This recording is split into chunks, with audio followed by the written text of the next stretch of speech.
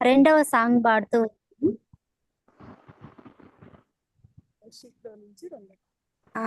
Gospel hall ప్రత్యేక కూడికల్లో పాటల సీట్లో నుంచి రెండవ పాట పాడుతున్నాం. రాజులకు రాజువు నీవు, ప్రభులకు ప్రాబుండవు. రాజులకు రాజువు, ప్రభులకు ప్రాబుండవు. ఆరాధన నా యేసయ్యకే,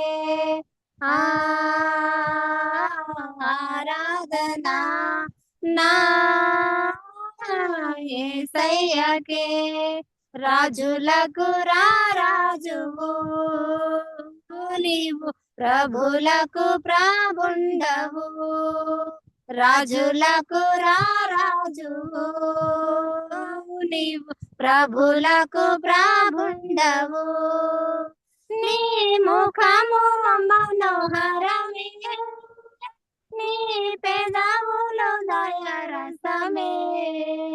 నీ ముఖము మనోహరమే, నీ పెదవులు దయరసమే. నీ నవ్వే నా బంగారమే, నీ చూపే నా కనికరమే. నీ నవ్వే నా బంగారమే, నీ చూపే నా కనికరమే. ఆరాధన నా యేసయ్యకే, ఆరాధన నా యేసయ్యకే. రాజులకు రాజువు నీవు, ప్రభులకు ప్రాబుండవు. రాజులకు రాజువు నీవు, ప్రభులకు ప్రాబుండవు. నీ కళ్ళే అగ్ని జ్వాలలే, నీ పాదములు అపరంజయే. నీ కళ్ళే అగ్ని జ్వాలలే, నీ పాదములు అపరంజయే. నిన్ను ముట్టుకుంటే మహిమా మహిమా, నిన్ను పట్టుకుంటే మహిమా మహిమా. నిన్ను ముట్టుకుంటే మహిమా మహిమా, నిన్ను పట్టుకుంటే మహిమా మహిమా. ఆరాధన నా యేసయ్యకే, ఆరాధన నా యేసయ్యకే. రాజులకు రాజువు నీవు, ప్రభులకు ప్రాబుండవు.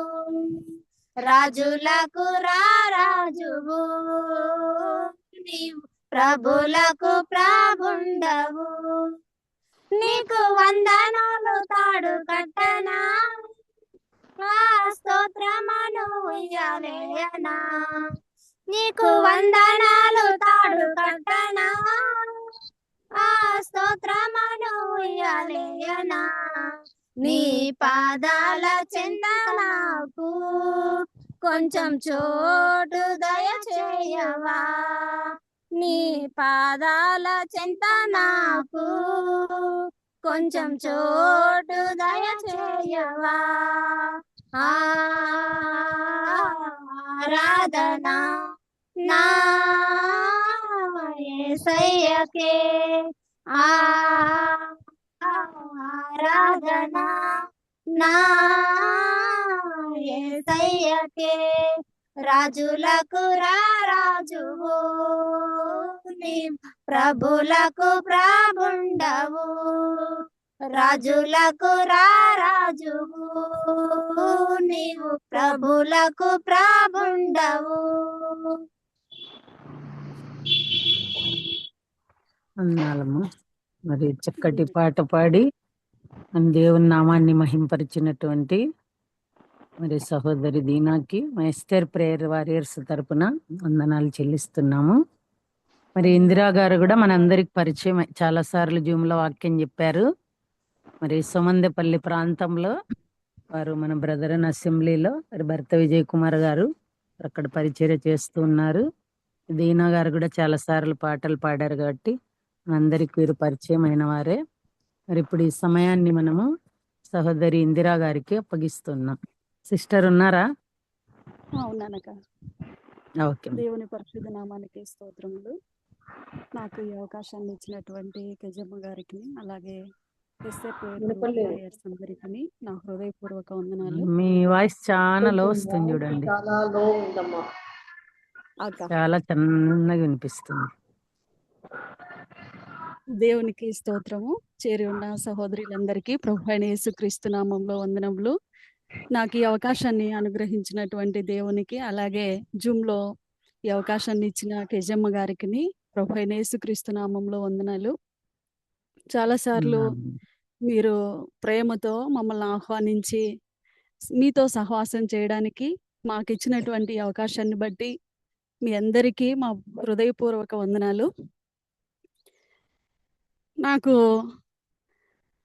గాస్పల్ అసెంబ్లీలో ఉన్నటువంటి సహోదరులను చూస్తే భయం. ఎందుకంటే వాళ్ళకు ఉన్నటువంటి వాక్య జ్ఞానం, వాళ్ళ దగ్గర నిలవబడి వాక్యం చెప్పడం అన్నది కొంచెం కష్టమైన పని.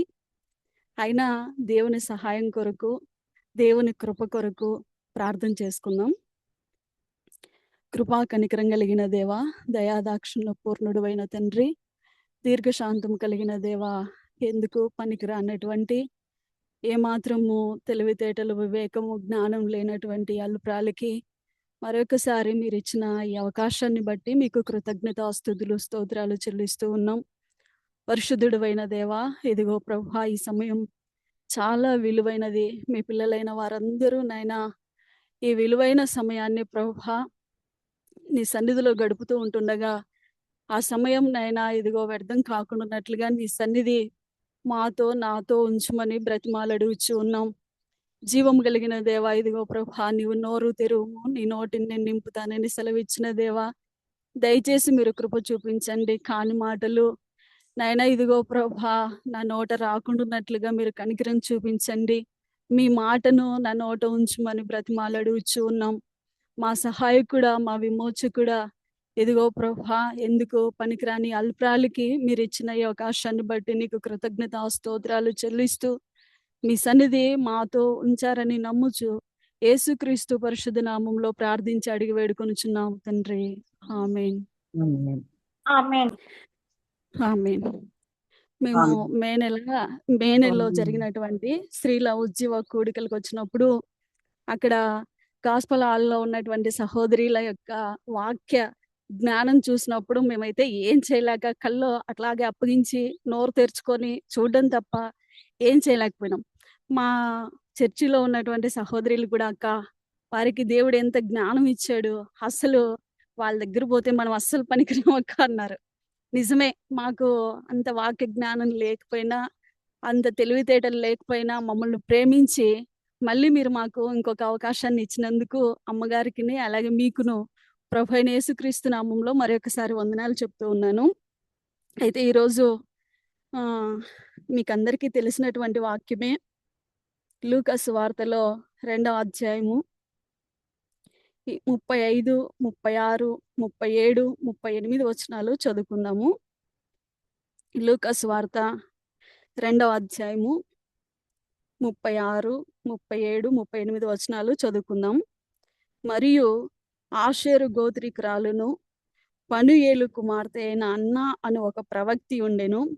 ఆమె కన్నెత్వం మొదలుకొని 7 ఏండ్లు పెనుమిటితో సంసారం చేసి బహుకాలం గడిచినదై 84 సంవత్సరములు విధవరాలై ఉండి దేవాలయమును విడవక ఉపవాస ప్రార్థనలతో రేయింపగులు సేవ చేయుచూ ఉండెను.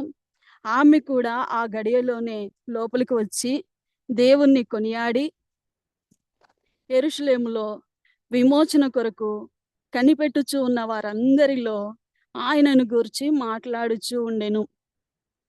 ఈ వృత్తాంతము చాలాసార్లు మీరు విన్నారు. అయితే ఇందులో నుంచి నేను కొన్ని విషయాలు, కొన్ని పాయింట్లు లాగా రాసుకున్నాను. అవి మీతో పంచుకోవాలని ఆశపడుతూ ఉన్నాను. మనందరికీ తెలిసినట్టుగానే అన్న అనే ప్రవక్తిని పాత నిబంధన గ్రంథంలో కొందరు ప్రవక్తిని అయినటువంటి స్త్రీలు ఉన్నారు, మనకు తెలుసు. మొట్టమొదటిగా మిర్యాము అని, అలాగే దెబోరా, ఇలాగన కొంతమంది స్త్రీలు, హుల్దా, ఇటువంటి స్త్రీలు ఉన్నారు. ప్రవక్త అంటే కూడా మనకు తెలుసు ఏమనంటే సందేశాన్ని దేవుని దగ్గర నుంచి మానవులకు, మనుషులకు, అక్కడ ఉన్నటువంటి వారికి అందించటం. దేవుని దగ్గర నుంచి వచ్చినటువంటి సందేశం ఉన్నది ఉన్నట్టుగా అందులో ఏమీ కలపకుండా తెలియజేయడము, అలాంటి వారిని ప్రవక్త అంటారు. అన్న అనగా కృప అని అర్థము. అలాగే ఆమె ఆషేరు గోత్రికురాలు. ఆషేరు ఎవరు అంటే లేయాకు, యాకోబునకు, లేయా దాసి అయినటువంటి జిల్పాకు కలిగినటువంటి కుమారుడు ఆషేరు. ఆషేరు పుట్టినప్పుడు లేయా ఏమనిందంటే, నన్ను భాగ్యవంతురాలు అని అనుకుందరు కదా అందరూ అని ఆషేరు అని పేరు పెట్టింది. అంటే ఆషేరు అంటే భాగ్యవంతుడు. కాబట్టి కృప పొందినటువంటి ఈ అన్న భాగ్యవంతులు అయినటువంటి వంశంలో, భాగ్యవంతుని కుటుంబంలో జన్మించినటువంటి ఈమె పనుయేలు అనగా దేవుని ముఖ దర్శనం అని. దేవుని దర్శనం, దేవుని ముఖ దర్శనం, దేవుని సన్నిధిలో ఎదిగినటువంటి, పెరిగినటువంటి ఈ స్త్రీ, భక్తి కలిగినటువంటి ఈ స్త్రీ, ఆమె అలాంటి వంశంలో నుంచి, అలాంటి కుటుంబంలో నుంచి వచ్చింది. అయితే ఆమెకు వివాహమైన తర్వాత భర్తతో 7 సంవత్సరాలు మాత్రమే కాపురం చేసి, తర్వాత తన జీవిత కాలం అంతయు దేవుని సన్నిధిలో కొనసాగినట్టుగా మనం చూస్తా ఉన్నాం.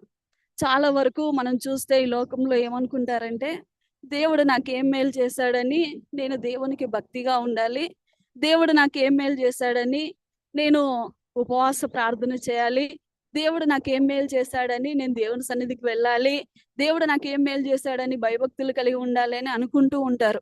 చాలా మంది విశ్వాసులైనటువంటి స్త్రీలు కూడా వారి జీవితంలో కలిగినటువంటి కొన్ని కష్టాలను బట్టి, నష్టాలను బట్టి కొందరు వెనక్కి వెళ్ళిపోయినటువంటి వారు, విశ్వాసంలో నుంచి తొలగిపోయినటువంటి వారు ఉన్నారు. అయితే ఈ స్త్రీ అయితే, ఈ అన్న అయితే చిన్న వయసులోనే తన భర్తను కోల్పోయినప్పటికీ దేవుణ్ణి మహిమపరిచింది, దేవుని ఆశ్రయించిన స్త్రీగా కనబడుతూ ఉంది. ఈమె దేవాలయమునకు వెళ్ళి దేవాలయమును విడువక దేవుని సన్నిధిలోనే ఉన్నట్టుగా మనం చూస్తూ ఉన్నాం. అయితే తనకు ఇంతవరకు జరిగినటువంటి నష్టం వైపు చూడలేదు, కానీ ఇక ముందు దేవుడు ఏ విధమైన ఆశీర్వాదాన్ని అనుగ్రహిస్తాడో ఆ ఆశీర్వాదం వైపు చూడగలిగింది. మనం ఇంతవరకు జరిగిన నష్టాన్ని చూస్తూ ఉంటే అపవాది ఏం చేస్తాడంటే, మనల్ని నీకు దేవుడు ఏం మేలు చేశాడు అని మనకు జరిగిన నష్టాన్ని మాటి మాటికి చూపిస్తూ ఉంటాడు. కానీ అయితే మనం ఏం చేస్తామంటే, బలహీనమైన హృదయాలు కలిగినటువంటి వారు ఆ నష్టాన్ని తలపోసుకుంటాం. నేను చెప్పడం కాదు, కానీ మా చర్చిలో ఒక సహోదరి ఉంది. చాలా సంవత్సరాల నుంచి ఆమెకి గర్భఫలం లేదు.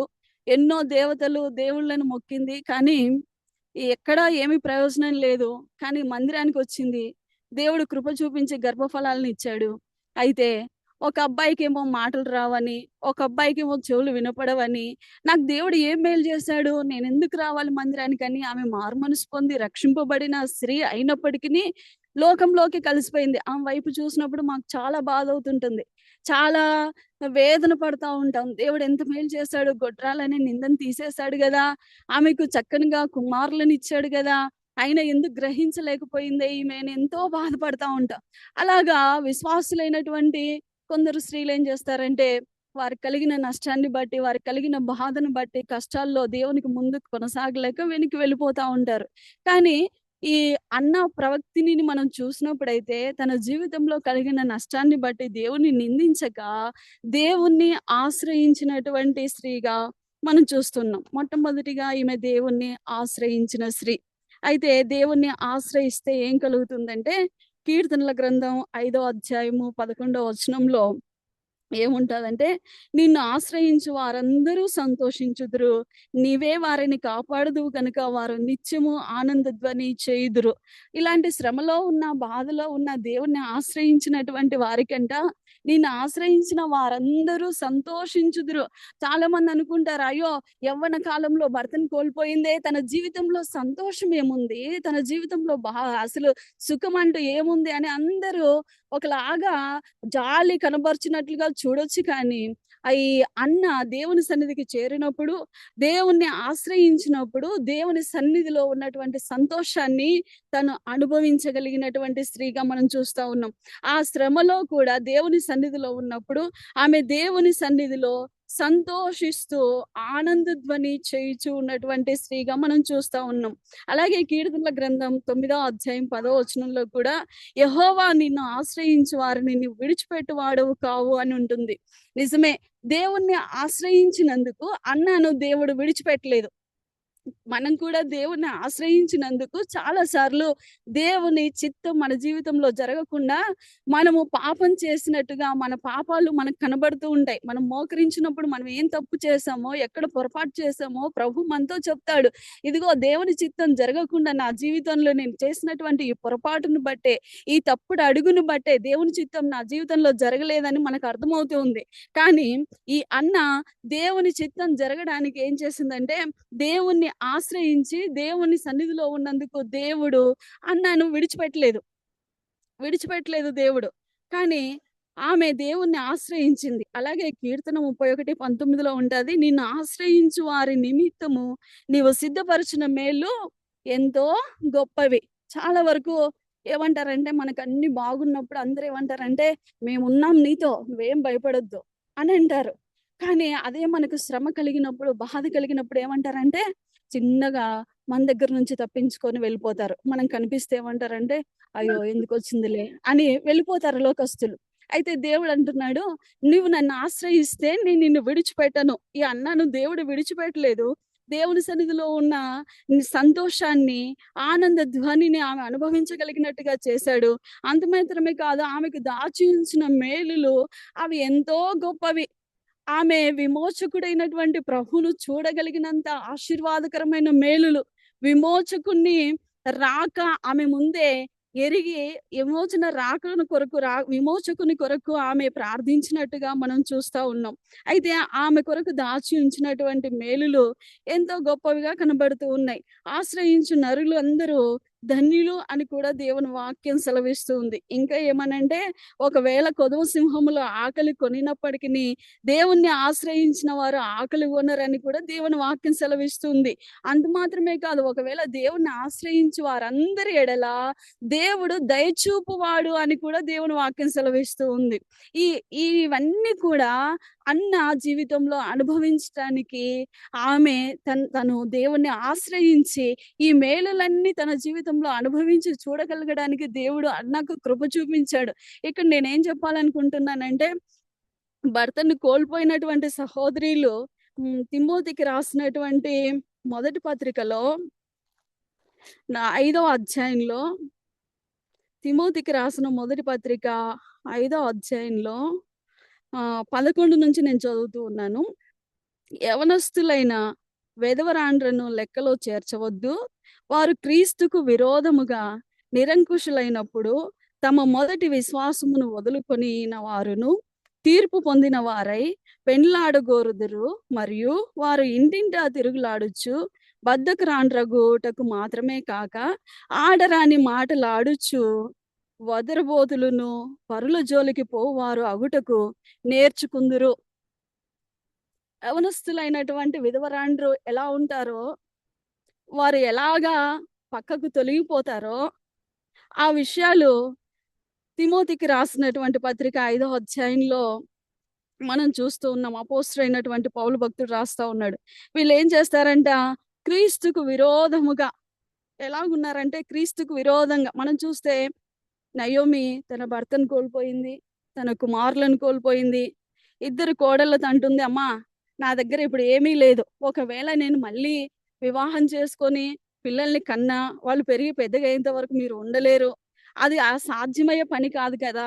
మీరు మీ ఇండ్లకి వెళ్ళిపోండి అన్నప్పుడు ఓర్పా ఏం చేసిందంటే ఈ లోకాన్ని ప్రేమించింది. ఆమె ముద్దు పెట్టుకొని వెళ్ళిపోయింది.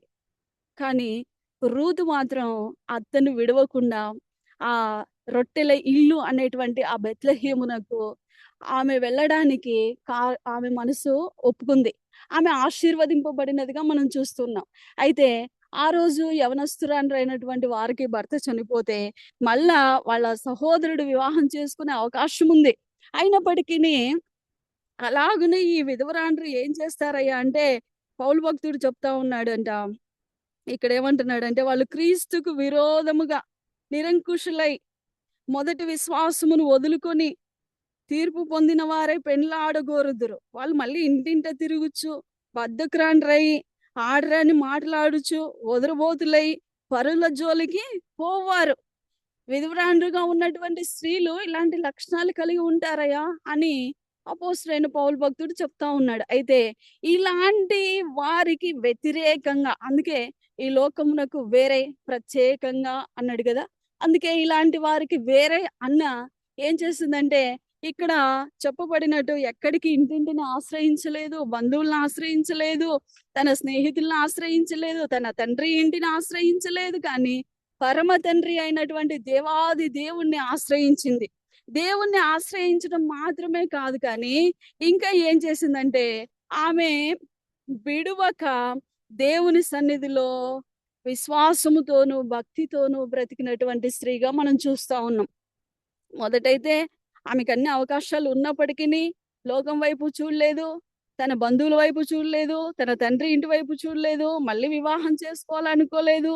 దేవుణ్ణి ఆశ్రయించింది. యవ్వన కాలంలో ఆమె దేవుణ్ణి ఆశ్రయించి ఏదో కొద్ది రోజులు భక్తి చేసిందిలే, కొద్ది రోజులు ఇన్ని సంవత్సరాలు ఓపిక కలిగి ఆమె దేవుణ్ణి వెంబడించింది. పాపం శరీరంతో ఉంది కదా, ఏ రోజు ఏం జరుగుతుందో, మనసు ఎట్లా మారిపోతుందో అన్నట్టు కాదు, ఆమె విడువక దేవుని సన్నిధిలోనే కొనసాగినట్టుగా మనం చూస్తా ఉన్నాం. ఎంతవరకు కొనసాగిందంటే తాను మరణించేంత వరకు కూడా కొనసాగినట్టుగానే మనం చూస్తా ఉన్నాం. ఇది మీ జీవితం మనకు ఎంతో ఆదర్శం. మనము కూడా చాలా సార్లు ఒక రోజైతే చాలా భక్తి చేస్తాం, ఒక రోజైతే అసలు భక్తి చేయం, ఒక రోజైతే బాగా మంచి హృదయం కలిగి, మనకు సంతోషం కలిగినప్పుడు చాలా సాత్వికమైన మృదువైన హృదయం కలిగి మంచి గుణ లక్షణాలు కలిగి బాగా కనిపిస్తాం. ఒక రోజు మనకి ఎప్పుడైనా కోపం రావాలి, ఒక రోజు మనకి ఎప్పుడైనా జరగకూడదు జరగాలి, అప్పుడు మన మూడంతా పాడైపోయి మనకు లేనటువంటి కోపం వచ్చి మన నెత్తిన కూర్చుంటుంది, ఆవేశం వస్తూ ఉంది.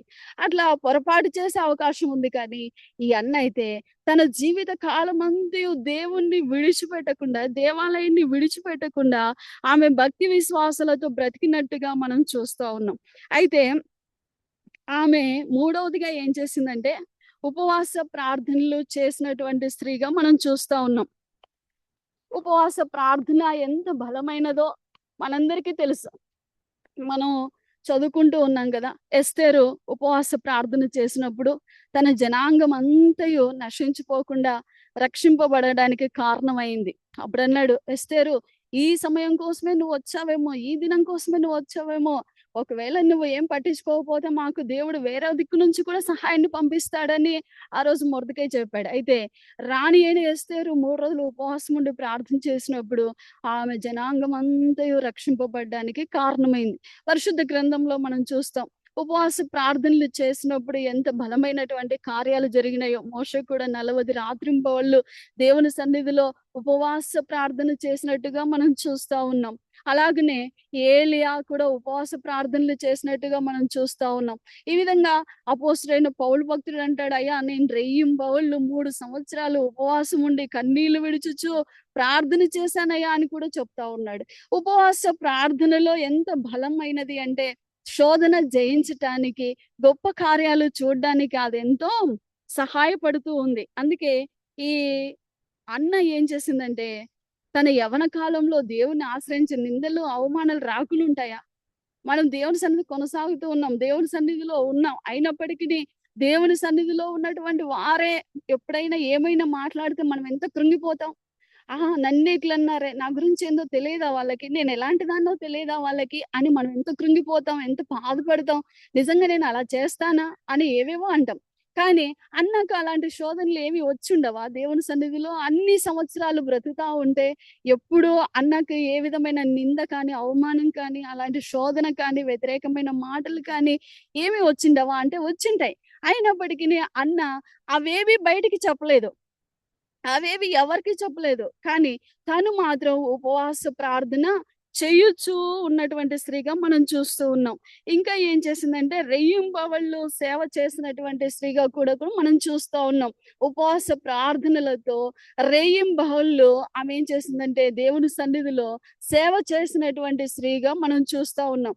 మనకి కొంచెం సీనియారిటీ వస్తేనే నేనే ఎన్ని సంవత్సరాలు చేసినది కాబట్టి ఇక నాకు రెస్ట్ కావాలా అనుకుంటాం. కానీ 84 సంవత్సరాల వరకు వృద్ధాప్యం వరకు కూడా ఎప్పుడూ అలసిపోలేదు. ఎప్పుడు నేను చెయ్యనని చెప్పలేదు. ఎప్పుడు నా చేత కాదని చెప్పలేదు. ఒకవేళ అట్లా చెప్పింటే ఈ విధంగా రాయించి ఉంచేవాడు కాదు దేవుడు. ఎప్పుడు అలా చెప్పలేదు. ఆమె ఏ స్థితిలో ఉన్నా, ఏ పరిస్థితిలో ఉన్నా దేవుని పని కొరకు, దేవుని సేవ కొరకు రాత్రి అని లేదు, పగలని లేదు, ఆహారం ఉందా లేదా అని లేదు, తన కనీస అవసరతలు తీరినాయా తీరలేదా అని లేదు. కానీ ఆమె ఎప్పుడు దేవుని సన్నిధికి రెడీగా ఒక సైనికుని వలె ఆమె దేవుని సన్నిధిలో కొనసాగినట్టుగా మనం చూస్తా ఉన్నాం. ఉపవాస ప్రార్థన చేయుచు రెయ్యింబహళ్ళు ఆమె దేవుని సన్నిధిలో సేవ చేసినటువంటి స్త్రీగా మనం చూస్తా ఉన్నాం. ఇంకా ఏం చేస్తున్నామంటే ఇక్కడ దేవుణ్ణి కొనియాడినటువంటి స్త్రీగా కూడా మనం చూస్తా ఉన్నాం. దేవుణ్ణి కొనియాడుతూ ఉంది. తన నోటి ద్వారా దేవుణ్ణి స్తుతిస్తూ ఉంది. దేవుని కార్యాలను వివరిస్తూ ఉంది. ఆమె దేవుణ్ణి కొనియాడుతూ ఉన్నటువంటి స్త్రీగా కూడా మనం చూస్తా ఉన్నాం. అయితే ఇంకా ఏం చూస్తా ఉన్నామంటే ఆమె దేవుణ్ణి కొనియాడి ఆరాధించినటువంటి స్త్రీగా మనం చూస్తా ఉన్నాం. విమోచన కొరకు కనిపెట్టుతూ ఉన్నటువంటి స్త్రీగా కూడా మనం చూస్తా ఉన్నాం. ఇక్కడ విమోచన కొరకు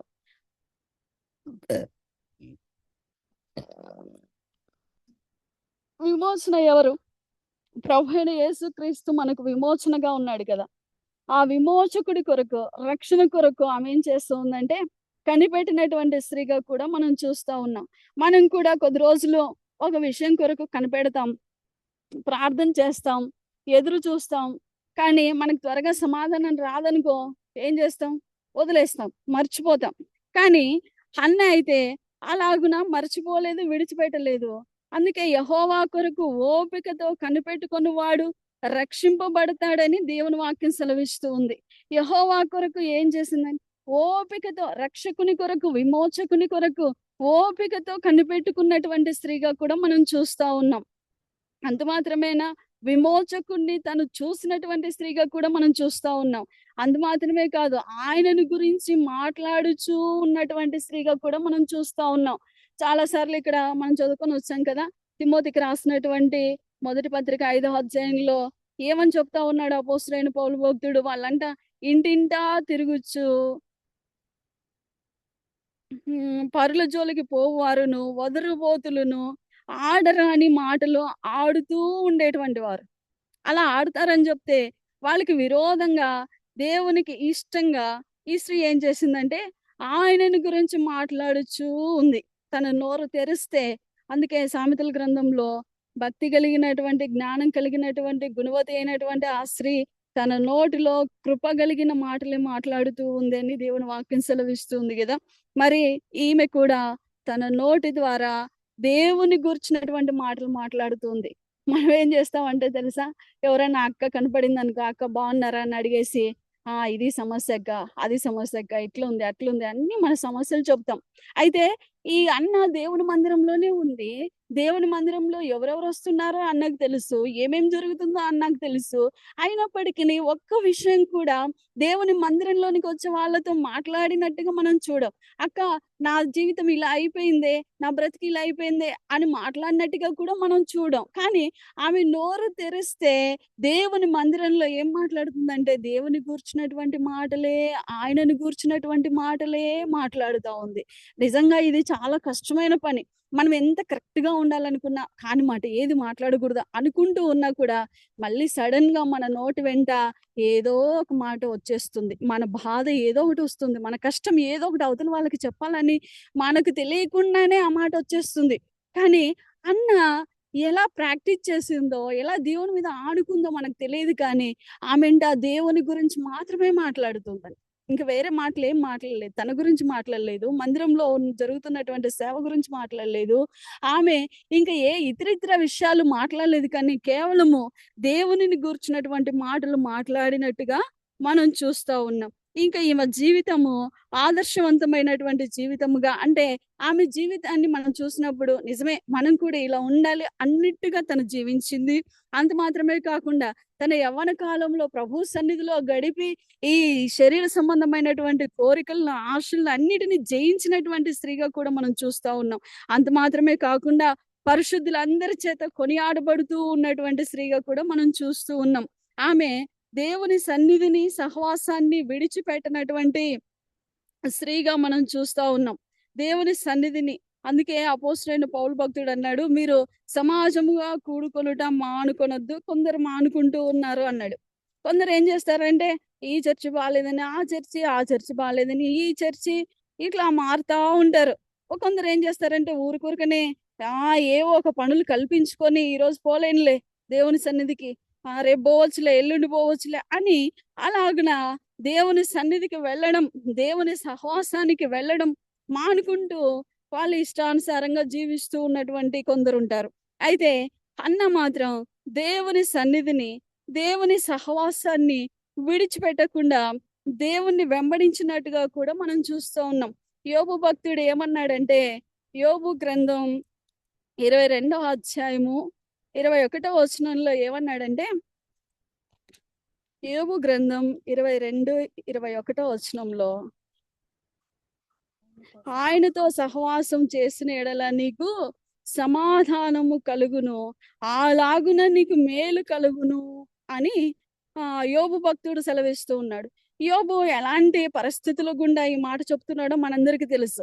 ఆయన ఎలాంటి శ్రమల గుండా వెళ్ళినాడో కూడా తెలుసు. అయితే ఆయన శ్రమల్లో, శోధనలో దేవుణ్ణి ఆయన కూడా విడిచిపెట్టినట్టుగా మనం చూడం. ఆయన కూడా ఎంత శ్రమ శోధన కలిగినా దేవుణ్ణి హత్తుకొని జీవించినట్టుగానే, దేవుణ్ణి వెంబడించినట్టుగానే, దేవుని సహవాసంలో ఉన్నట్టుగానే మనం చూస్తూ ఉన్నాం. అందుకే అన్నాడు, ఆయనతో సహవాసం చేసిన ఎడల నీకు సమాధానం కలుగును.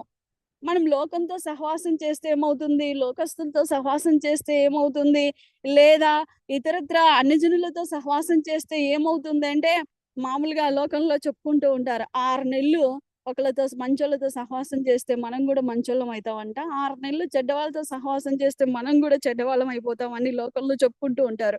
అయితే ఆయనతో, దేవునితో సహవాసం చేసినప్పుడు మనకు సమాధానం కలుగుతుంది, మనకు మేలు కలుగుతుంది.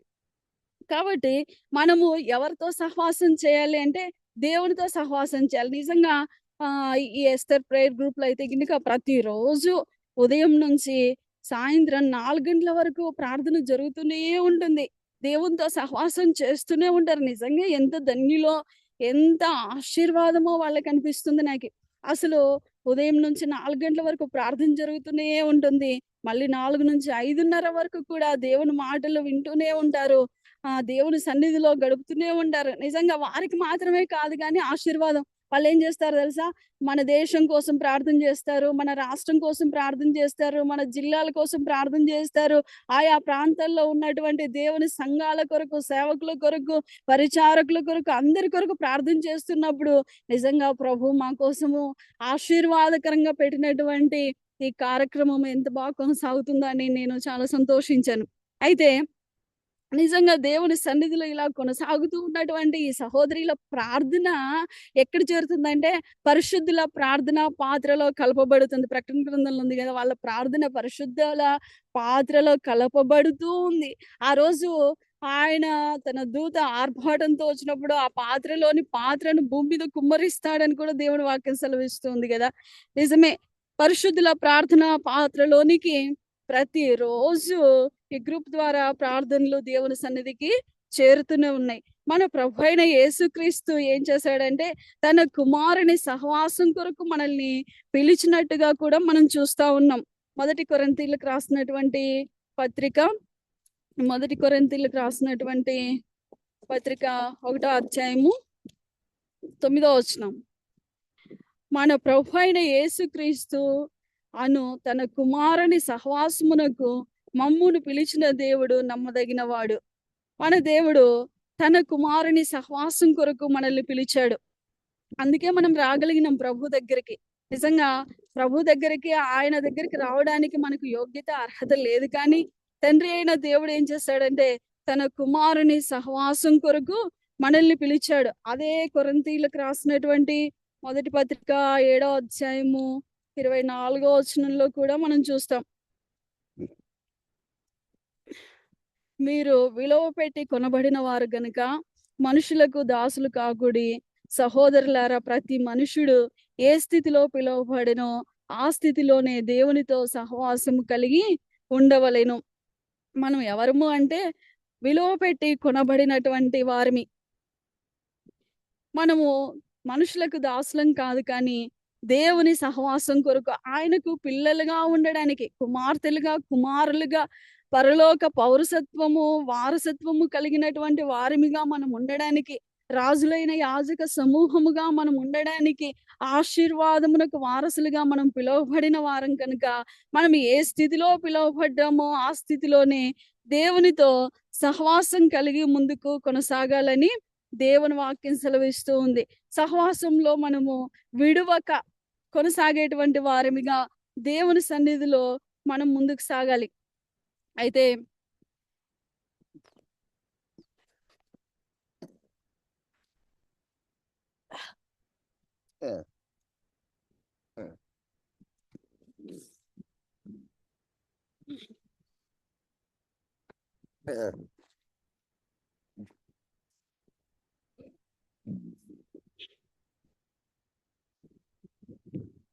అన్న జీవితంలో ఒక విశ్వాసికి ఏమేం అవసరమో ఆ సంగతులన్నీ కూడా మనం చూడగలుగుతున్నాం.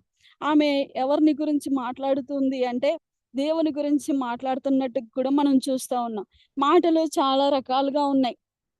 కపటపు మాటలు ఉన్నాయి, వ్యర్థమైన డంబపు మాటలు ఉన్నాయి, చెడ్డ మాటలు ఉన్నాయి, అలాగే అబద్ధంతో కూడుకున్నటువంటి మాటలు ఉన్నాయి. ఈ లోకంలో ఎన్నో మాటలు ఉన్నాయి. కానీ అన్న దేవుని గురించినటువంటి మాటలు మాట్లాడినట్టుగా కూడా మనం చూస్తా ఉన్నాం.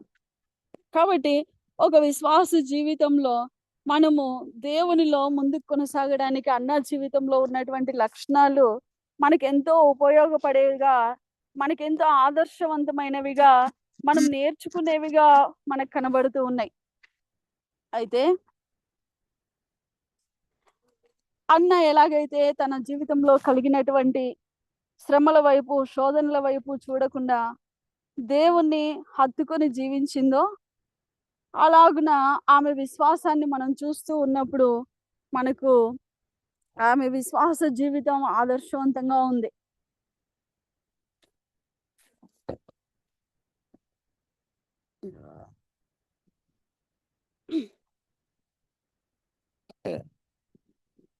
క్షమించండి, కొంచెం గ్యాస్ ఎక్కువైపోయింది, తేపులు వస్తా ఉన్నాయి.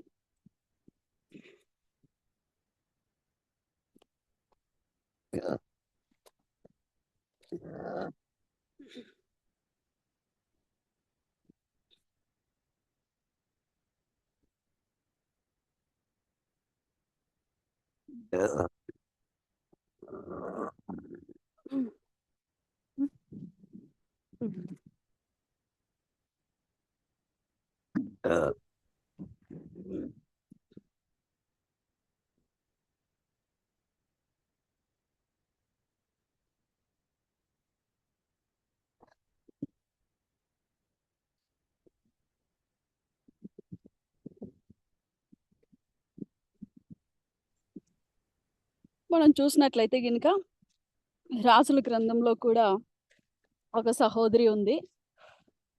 రాజుల 2వ గ్రంథం,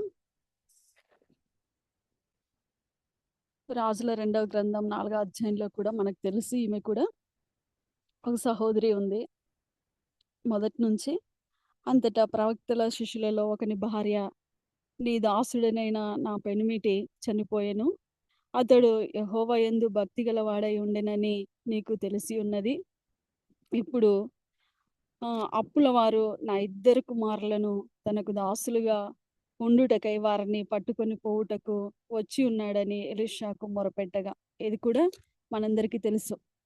ఈమె కూడా భర్తను కోల్పోయినటువంటి విధవరాలుగా మనం చూస్తా ఉన్నాం.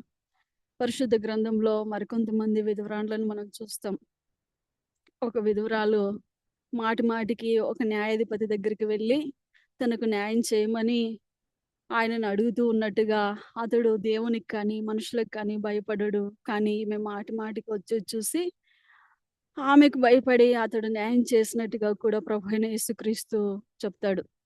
అయితే ఈ విధవరాండ్రు దేవుని సన్నిధిని ఆశ్రయించినప్పుడు వాళ్ళ ఇంట్లో ఉన్నటువంటి నూనెను ఇరుగు పొరుగు నుంచి తెచ్చుకున్నటువంటి కుండలు నింపినప్పుడు సమృద్ధి అయినటువంటి ఆశీర్వాదం ఆమె జీవితంలో దేవుడు చేసినట్టుగా మనం చూస్తా ఉన్నాం.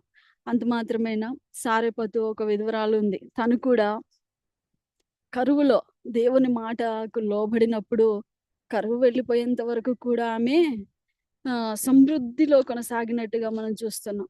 నిజంగా దేవుణ్ణి ఆశ్రయిస్తే మన శ్రమల్లో, శోధనలో, కష్టాల్లో, బాధల్లో ఎవరు మనకు సహాయం చేయలేనటువంటి ఆ శ్రమల గుండా వెళ్తూ ఉన్నప్పుడు దేవుణ్ణి ఆశ్రయించినప్పుడు దేవుడు ఎంతో కృపగలవాడు కనుక ఎంతో కనికరమును మన ఎడల కనబరిచే దేవుడు. అలాగనే విమోచన కొరకు కనిపెట్టుకున్నటువంటి ఈ స్త్రీ జీవితంలో నుంచి మనం కూడా ఒక పాఠం నేర్చుకోవాలి. మనం కూడా మరలా ప్రభువైన యేసుక్రీస్తు యూదా కొదవ సింహంగా ఆయన మరలా రాబోతున్నాడు. మనం కూడా ప్రభువైన యేసుక్రీస్తు రాకడ కొరకు కనిపెట్టుకున్నటువంటి వారిమిగా మనం ఉన్నాం. ఆయన రాకడ కొరకు ఎదురు చూస్తున్నటువంటి వారిమిగా మనం ఉన్నాం. ఈ విశ్వాస యాత్రలో మనం ముందు కొనసాగుతూ ఉన్నాం. ఇది మన దేశం కాదు, ఇది మన లోకం కాదు. మన దేశం వేరే, మన రాజ్యం వేరే. మన రాజు మన కొరకు స్థలం సిద్ధపరచ వెళ్ళి ఉన్నాడు. మరలా ఆయన వస్తాడు, ఆయనతో పాటు మనం వెళ్ళాలి.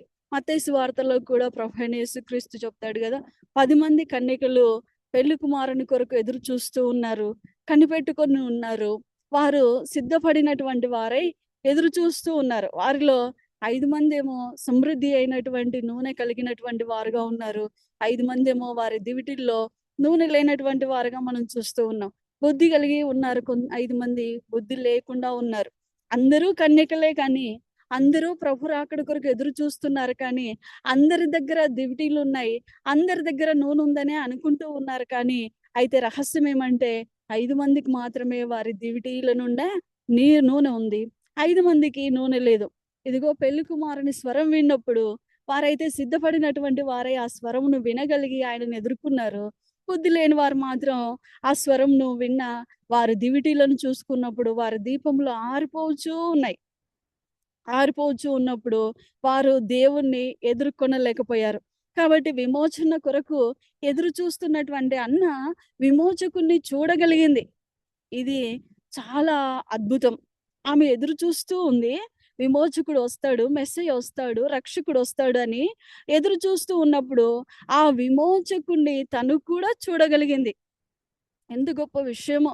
అయితే మనం కూడా రక్షకుడి కొరకు రెండవ రాకడలో ఆయన వస్తాడని, ఆయన పెళ్లి కుమారుడుగా వస్తాడని, పెళ్లి కుమార్తెగా మనం ఆయనని ఎదుర్కొంటామని, ఆయన ప్రక్కన పోయి మనము కూడా నిల్చుంటామని, ఆయన సింహాసనం ప్రక్కన మనం కూడా కూర్చుంటామని మనం కూడా ఎదురు చూస్తూ ఉన్నాం కదా.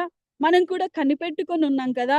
మన విశ్వాస జీవితంలో కూడా మనం అడుగు వేస్తున్న ప్రతిసారి పరిశుద్ధాత్మ దేవుడు మనల్ని ప్రేరేపిస్తుంటే, నువ్వు ఇది చేస్తున్నావు, ఇది తప్పు, ఇలా చేయకూడదు, ఇలా చేస్తే దేవునికి నచ్చదు, ఇలాగే చేయాలి అని పరిశుద్ధాత్మ దేవుడు మన హృదయాన్ని ప్రేరేపిస్తూ ఉన్నప్పుడు మనం ఏం చేస్తున్నామంటే వాటిని సరి చేసుకుంటూ దేవుని దగ్గర క్షమాపణ పొందుకుంటూ మరలే ముందుకు కొనసాగుతూ ఉన్నాం. అయితే ఎంతవరకు మనము కొనసాగాలి, ఎంతవరకు మనము ఎదురు చూడాలంటే ఆ రక్షకుడు మరలా పెళ్లి కుమారుడుగా మన కొరకు దిగి వచ్చేంత వరకు, లేదా మనం ఈ లోకాన్ని విడిచి వెళ్ళిపోయేంత వరకు, అంతం వరకు సహించగలిగినటువంటి వారిగా మనం ఉండాలి. అంతం వరకు సహిస్తేనే మనకు రక్షణ కలుగుతూ ఉంది. కాబట్టి అంతం వరకు సహించినటువంటి వారిగా మనము ఏం చేయాలంటే పెళ్లి కుమారుని కొరకు ఎదురు చూసేటువంటి వారిగా మనము ఉండాలి.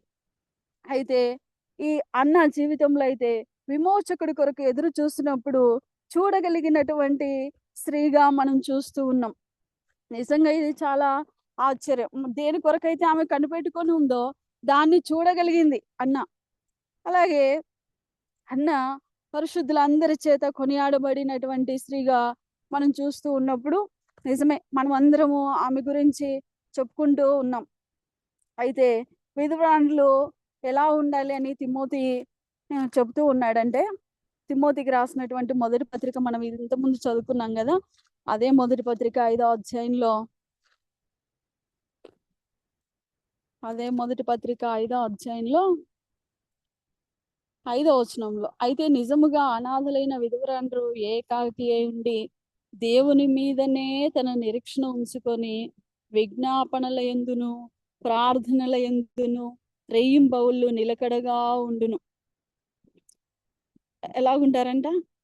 నిజంగా విధవరాండ్రైనటువంటి అనాథలైనటువంటి విధవరాండ్రు ఏం చేస్తారంటే దేవుని మీదనే తన నిరీక్షణ ఉంచుకొని విజ్ఞాపనల యందును ప్రార్థనల యందును రెయ్యింబౌళ్ళు నిలకడగా ఉండును.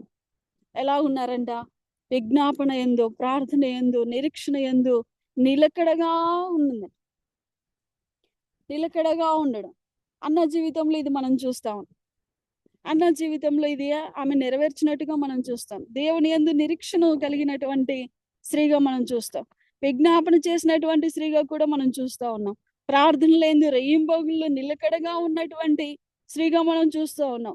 సుఖభోగములను ఆశించకుండా వాటి ప్రకారం ప్రవర్తించకుండా ఆమె బ్రతికినట్టుగా కూడా మనం చూస్తూ ఉన్నాం. నిజంగా దేవుని వాక్యాన్ని అన్న ఉన్నది ఉన్నట్టుగా ఆమె నెరవేర్చినటువంటి స్త్రీగా కూడా మనం చూస్తూ ఉన్నాం. కాబట్టి అన్న జీవితంలో జరిగినటువంటి నష్టాన్ని ఆమె చూపిలేదు. అన్న జీవితంలో ఉన్నటువంటి సమస్యలు, బాధలు, కష్టాన్ని ఆమె చూపిలేదు. కానీ అన్న జీవితంలో ఉన్నటువంటి విశ్వాసాన్ని, నిరీక్షణను, ప్రార్థనను, విజ్ఞాపనలను, ఉపవాసమును, సేవను, వీటన్నిటినీ ఆమె కనబరిచినట్టుగా మనం చూస్తా ఉన్నాం.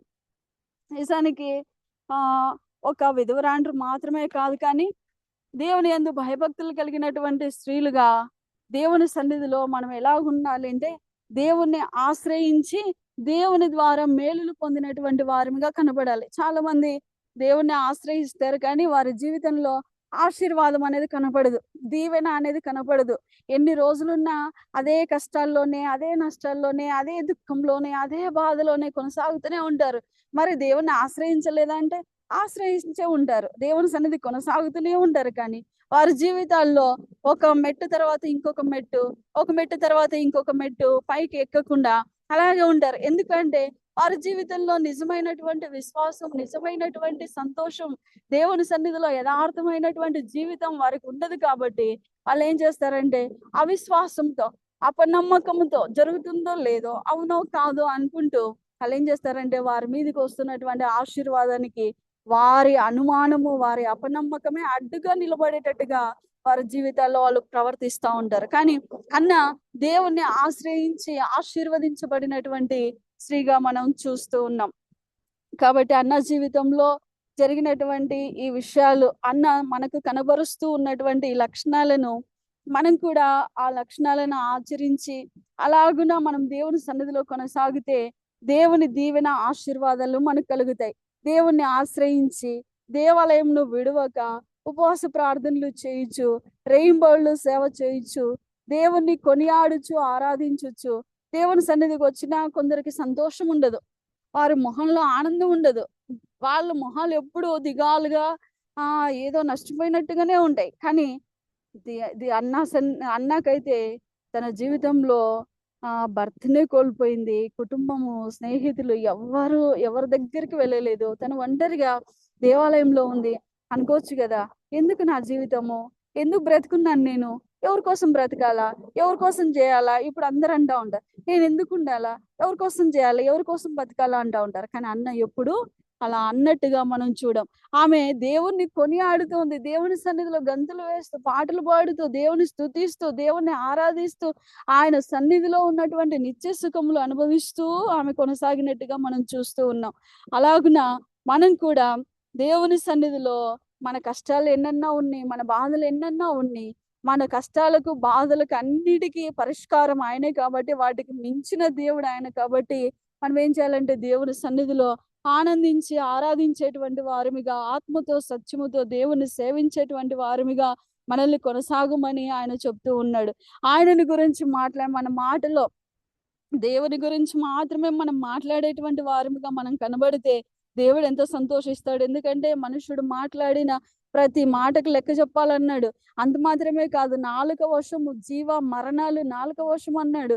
సాత్వికమైనటువంటి నాలుక జీవ వృక్షం అంటూ ఉన్నాడు. కాబట్టి ఈ నాలుకకు చాలా పవర్ ఉంది. కాబట్టి అయితే దేవుని సన్నిధిలో అన్న తను ఎలా మాట్లాడుతూ కనబడుతూ ఉందో, మనం కూడా దేవుని సన్నిధిలో ఉన్నప్పుడు దేవుడు మనల్ని చూస్తూ ఉన్నాడు. ఆయన మందిరంలో ఉన్నప్పుడు మాత్రమే కాదు, మన జీవితంలో కూడా ఆయన మనల్ని చూస్తూ ఉన్నాడు. కాబట్టి మన మాటలు ఎట్లుండాలంటే దేవుణ్ణి స్తుతించేవిగా, దేవుణ్ణి కొనియాడేటివిగా, దేవుని కార్యాలను వివరించేటివిగా, దేవుని నామానికి మహిమ తీర్చేటివిగా మనం ఉన్నట్లయితే అది మన జీవితాలకు ఎంతో మేలవుతూ ఉంది. కాబట్టి అన్న జీవితంలో ఉన్నటువంటి లక్షణాలను మనం చూస్తూ ఉన్నప్పుడు మనం కూడా అలాంటి లక్షణాలు కలిగి ఆత్మీయ జీవితంలో కొనసాగితే, విమోచన కొరకు ఆమె ఎలాగైతే కనిపెట్టుకొని విమోచకుని చూడగలిగిందో, మనం కూడా మన రక్షకుడు పెళ్లి కుమారుడుగా వస్తూ ఉన్నప్పుడు పెళ్లి భార్యగా మనం కూడా ఆయనను ఎదుర్కొని ఆయన ప్రక్కన నిలుచొని ఆయన సన్నిధిలో ఆయనని చూడగలిగినటువంటి భాగ్యం ప్రభు మనకు కూడా అనుగ్రహిస్తాడు. కాబట్టి ఆ నిరీక్షణతో, ప్రార్థనలతో మనం కూడా విశ్వాస జీవితంలో ముందుకు కొనసాగాలని, ఈ చిన్న వాక్యాన్ని దేవుడు దీవించాలని, ఇంతవరకు నాకు ఈ అవకాశాన్ని ఇచ్చినటువంటి మీ అందరికీ, అమ్మగారికి ప్రభు అయిన యేసుక్రీస్తు నామంలో వందనాలు చెప్తూ ముగిస్తాను. వందనాలండి ఇందిరా గారు. వందనాలు మా. మరి చక్కటి వాక్య పరిచర్య మనకు చేసినటువంటి సహోదరి ఇందిరా గారికి మన ఎస్పీర్ ప్రేయర్ వారియర్స్ తరపున వందనాలు. మనం ఎన్నోసార్లు విన్న వాక్యమే అన్న ప్రవక్తిని గురించి, కానీ దేవుడు మరి నిజమే కొత్త విషయాలు ఒక్కరి ద్వారా ఒక్కొక్క విధంగా మనకు ప్రభు తెలియచేస్తూ ఉంటారు. మరి విధవరాండ్లు ఎలా ఉంటారు, వాళ్ళు ఎలా ఉన్నారు, మరి అందరిలా ఉండకుండా అన్న ఎంత ప్రత్యేకంగా కదా తను దేవుని యొక్క ఆజ్ఞల్లో జీవించినట్టుగా మనం చూసాం. కాబట్టి మరి విన్న వాక్యాన్ని మన హృదయంలో భద్రపరుచుకొని మనం కూడా అలా ప్రత్యేకంగా ఈ లోకంలో దేవుని కొరకు జీవించాలి. ఇంకా ఏమన్నా ప్రార్థన